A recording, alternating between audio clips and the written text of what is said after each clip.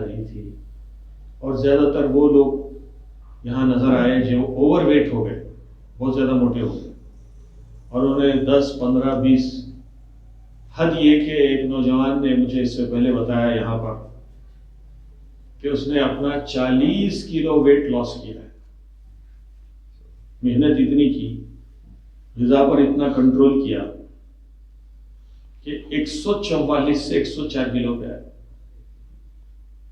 104 میں کچھ کم ہے کیا؟ مگر اب آ رہے ہیں۔ تو ابھی ہم آ رہے تھے تو ہمارے ایک بزرگ مجھے رستے میں نظر آئے، کافی ضعیف ہو گئے ہیں، 70 سال کے قریب عمر ہے، اپنے ایک نوجوان لڑکی کے ساتھ پریس کے پاس واکنگ کر رہے تھے، بچوں کو بتاتے ہوئے لے کے آ رہے، اور بچہ بھی ان کے ساتھ میں ہے، ماسک بھی لگائے ہوئے ہیں۔ ماسک لگانا، ڈسٹینس مینٹین کرنا، واکنگ کرنا، نیوٹریشن کی کلاسز اٹینڈ کرنا، ایکسرسائز کرنا، یہ ساری چیزیں ہم لوگ جو کر رہے ہیں یہ صحت جسمانی کے لیے ہے، جسم کی صحت اور اپنے جسم کو فٹ رکھنے کے لیے ہم لوگ کافی محنت کر رہے ہیں۔ یہ جو آپ کے سامنے قرآن کرام بیٹھے ہوئے ہیں یہ صحت قرآنی کے حامل ہیں، قرآن کو صحت سے پڑھنے والے، اور اسی موقع سے فائدہ اٹھاتے ہوئے میں آپ سے ایک پیغام یہ شیئر کرنا چاہتا ہوں کہ جتنا ہم لوگ اپنے جسم کی صحت کے لیے فکر مند ہیں، میں آپ سے گزارش کرنا چاہتا ہوں کہ اس سے زیادہ قرآن کو صحت سے پڑھنے کے لیے ہم کو فکر کرنا ہے۔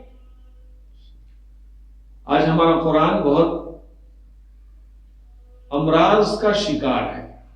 ہمارا قرآن کا مطلب ہمارے قرآن کی تلاوت، ہم لوگ جو قرآن پڑھ رہے ہیں، زیادہ تر لوگ، اکثریت 90% سے زیادہ، 95% سے زیادہ، 99% کے قریب وہ مسلمان ہیں جن کو قرآن صحیح پڑھنے نہیں آتا۔ ہم یوٹیوب پہ کھولے تو کئی لوگ وظیفے وظیفے وظیفے، گھر کی برکت کا وظیفہ پڑھ لو ایسا ہو جاتا، شادی ہو جاتی، نوکری مل جاتی، ایسے زبردست فارمولے بتا رہے ہیں، ایک ایک ہیڈنگ دے گئے تو لوگ فوری کھول رہے ہیں، دیکھ رہے ہیں، سن رہے ہیں وظیفے کے بارے میں۔ وظیفہ بھی اگر آپ پڑھنا ہے تو قرآن کی کوئی آیت ہوگی، اللہ کے نبی صلی اللہ علیہ وسلم کی بتائی ہوئی کوئی دعا ہے، آپ چاہے دعا پڑھیں چاہے آیت قرآن پڑھیں، وہ قرآن کی آیت اور وہ وظیفہ خود صحت کے ساتھ پڑھنا ہے، صحیح پڑھنا، تو اس کی برکت حاصل ہوتی ہے۔ میں کئی لوگوں کو دیکھتا ہوں کہ مشہور آیتیں، مشہور دعائیں ان کی صحیح نہیں ہیں۔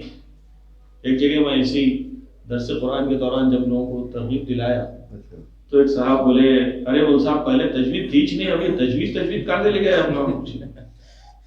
بولا ٹھیک ہے، آپ کی بات میں مانتا ہوں کہ ہم لوگ تجوید سے پہلے واقف نہیں تھے، تجوید تو تھی، ہم واقف نہیں تھے، مگر آپ کو بچپن میں زیر زبر پیش تو پڑھنا سکھائے نا؟ بولے ہاں وہ تو سکھائے۔ تو میں بولا بھائی ایک آیت آپ قرآن کی پڑھیے، وہ پڑھے تو کیا پڑھے؟ لکم دینکم ولی دین پڑھے، لکم دینکم، دینکم نون کو زبر سے پڑھے۔ بولا آپ کبھی، اب اتنی عمر ہو گئی آپ کی، آپ یہ قرآن مجید میں دیکھیں آیت میں دینکم ہے یا دینکم ہے؟ نہیں دیکھیں، پڑھتے چلے یار، لکم دینکم ولی دین، لکم دینکم ولی دین، ولی دین پھر بھی غنیمت ہے۔ بہت سارے لوگ ولی الدین بول دیتے، لکم دینکم ولی الدین، ولی الدین کوئی بنا دیتا۔ ایک جگہ میں تجوید کی کلاس لے رہا تھا، بزرگ حضرات بھی شامل تھے، ایک صاحب جو ریٹائرمنٹ کے قریب تھے، داڑھی سفید ہو گئی تھی، بہت نیک متقی پرہیزگار، نماز کا نشان پیشانی پر ہے، تو تجوید تو پڑھا دی ہے، وہ بس قاعدے لوگ جم لے رہے ہیں، پڑھ لے رہے ہیں، برکت کے واسطے، ہم لوگ زیادہ تر برکت کے واسطے پڑھتے، سیکھنے کا ہم لوگوں کو وہ نہیں، شوق نہیں۔ تو ہم اللہ ذرا سوروں کی پریکٹس کریں گے، ان کو سورے پڑھا، الہاکم التکاثر، الہاکم التکاثر پڑھتے ہیں، الہاکم التکاثر، آپ کو زبر لگا 10 15 منٹ میں ان کے پیچھے پریکٹس کیا، 20 25 مرتبہ پڑھایا، مگر عمر اتنی ہو گئی اور بچپن سے غلط پڑھتے آ رہے، اب زبان پلٹ گئی۔ پھر اسی محفل میں میں پوچھا ربنا آتینا تو پڑھیے، تو اتنا اچھا یاد ہے ایک صاحب فٹ بول کے فوری تیزی سے آگے بڑھے، بولے ربنا آتینا فی دنیا، اور حضرات خیر گاڑی روکو آپ کی، آتینا کیسا ہے بھائی؟ آتینا ہے، تاکو زیر ہے، آتینا بولے تو تا یا زبر تئی، آتینا ہو جاتا۔ یہ آتینا اور آتینا میں جو فرق لوگ محسوس نہیں کرتے، ایک ہے انا اعطینا کل کوثر، جیسا اعطینا کل کوثر ہے ویسا آتینا فی الدنیا پڑھ دیتے ہیں۔ اگر اعطینا کی طرح آتینا پڑھ دیے تو ہم تجھ کو دیں گے، ہم اللہ سے مانگ رہے ہیں اللہ کو دیں گے، تو بہت فرق ہو جاتا، کفر ہو جاتا، نماز فاسد ہو جاتی، کئی مسائل ہیں قرآن کے غلط پڑھنے سے۔ تو میں یہاں کے حاضرین سے بہت ہی ادب سے یہ گزارش کرتا ہوں کہ آپ کی عمر چاہے کچھ بھی ہو گئی ہوگی، جیسے ہم آج صحت کے بنانے کے لیے بے شمار طریقے اپنا رہے ہیں، اور کورونا سے بچنے کو تو کیا نہیں کر لیے سب کو معلوم۔ رمضان کو قربان کرتی ہے، جمعۃ الوداع کو قربان کرتی ہے، شب قدر کو قربان کرتی ہے، عید کی نماز کو قربان کرتی ہے، سب قربان کرتی ہے۔ اور رمضان میں جو مسائل اٹھتے تھے، ہاتھ کندھے پہ بننا، سینے پہ بننا، ناک پہ بننا، کندھا ملانا، پیر ملانا، سب بھول گئے۔ کیا اہل حدیث، کیا اہل سنت، کیا تبلیغ، کیا جماعت اسلامی، سب ڈسٹینس پہ آ گئے، سب جانے والا اٹھا دیے، سب سینیٹائزر یوز کرنا شروع کرے، سب ماسک لگانا شروع، سب تفریقات میں کورونا کا شکریہ، موت کا خوف۔ کل قیامت کے دن اللہ تعالیٰ ہاتھ باندھنے کے بارے میں، کندھا یا ناک پہ یا سینے پہ ہاتھ باندھنے کے بارے میں سوال نہیں کریں گے، نماز کا سوال۔ اور اسی طرح سے بہت سے ہمارے بھائی حضرات میلاد کے بارے میں بھی بہت گڑبڑ کر رہے ہیں، ہم ان سے یہی عرض کر رہے ہیں بھائی آپ جائز سمجھ کے منا لو، مگر ایک سوال ذہن میں یہ پیدا کرو، آپ اپنے علماء کرام سے جو جواز کے بارے میں بڑی بحثیں کر رہے ہیں ان سے ایک سوال یہ بھی کر لو، یہ بات صحیح ہے کہ حضور صلی اللہ علیہ وسلم کی سفارش سے ہی، آپ کی شفاعت سے ہی ہم جنت میں جائیں گے، بالکل صحیح، لیکن کیا سفارش میلاد کی بنیاد پر ہوگی؟ حضور ہم سے ہماری شفاعت کرنے سے پہلے ہمارے سے یہ پوچھیں گے کہ آپ تو میلاد منا کے آیا نہیں منا کے آیا؟ میلاد منائے گا تو میں شفاعت کروں گا، نہیں تو نہیں کروں گا، ایسا ہے کیا؟ پھر کیوں یہ جھگڑا؟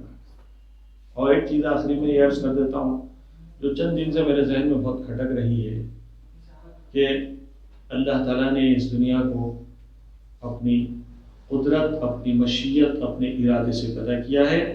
دنیا کا مقصد قرآن میں اللہ تعالیٰ نے بتا دیا ہے کہ الذی خلق الموت والحیات لیبلوکم ایکم احسن عملا، اللہ تعالیٰ تم میں سے جو بہترین عمل کرنے والا ہے اس کو دیکھنا چاہتا ہے۔ اور پھر وما خلقت الجن والانس الا لیعبدون، کہ ہم نے جنات اور انسان کو ہماری عبادت کے لیے پیدا کیا۔ تو یہ بھی بڑی اہم بات ہے۔ فضیلت کے اعتبار سے اللہ کے نبی صلی اللہ علیہ وسلم کے رتبے اور مرتبے اور مقام کو بتانے کے لیے اللہ تعالیٰ نے حدیث قدسی میں فرمایا کہ آپ کو اگر میں نہیں بناتا تو اس کائنات کو نہیں بناتا۔ وہ فضیلت اور رتبے کی بات ہے، ورنہ صرف یہی بات پکڑ کے بیٹھے رہے کہ صدقے میں طفیل میں، صدقے میں طفیل میں، صدقے میں طفیل، یہی چل رہا ہے، سنتے سنتے کانا پک جائے۔ یہ صدقہ اور طفیل، آپ بھی یہ غور کیجئے کہ صدقہ اور طفیل جو ہوتا ہے وہ مختصر ہوتا ہے، فضل اور کرم جو ہوتا ہے بہت وسیع ہوتا ہے۔ تو اللہ تعالیٰ نے اس کائنات کو اپنے فضل سے، اپنے کرم سے، اپنی مشیت سے پیدا کیا۔ حضور صلی اللہ علیہ وسلم کے مرتبے اور مقام کو بتانے کے لیے اللہ تعالیٰ نے فرمایا کہ آپ کی وجہ سے ہم نے پیدا کیا، ورنہ اصل حقیقت یہ ہے کہ اللہ کی قدرت کو ہم سائیڈ میں نہیں کر سکتے۔ یہاں پر یہ ہو رہا ہے کہ قدرت الہی، اللہ کے جلال و جبروت، اللہ کی خلاقیت، اللہ کی بارگاہ کو ہم سائیڈ میں کر رہے ہیں۔ یہ بہت بڑا ہم سے تساہل ہو رہا ہے، غلطی ہو رہی ہے، اور اگر اس میں اور زیادتی ہوگی تو گمراہی ہو رہی ہے۔ اس لیے بڑی احتیاط کی ضرورت ہے. حضرات کرام، چونکہ ہمارے جو کیئر نیوٹریشن سینٹر کے جو اصل بانی ہیں اور جو اس برانچ کے بھی انہوں نے انوگریشن کرنے والے ہیں 1-2 دن میں، اس کا انوگریشن نہیں ہوا، باضابطہ ہونے والا ہے. اس سے پہلے قرآن کی محفل رکھی گئی ہے، تو وہ آ چکے ہیں. وہ 5-10 منٹ آپ سے اس کی اہمیت کے بارے میں گفتگو کریں گے. میں جناب آصف بھائی غالباً آئے ہیں، تو ان سے گزارش کرتا ہوں کہ وہ تشریف لائیں اور اس نیوٹریشن سینٹر کے غرض و غایت لوگوں کے سامنے پیش کروائیں. جناب آصف صاحب.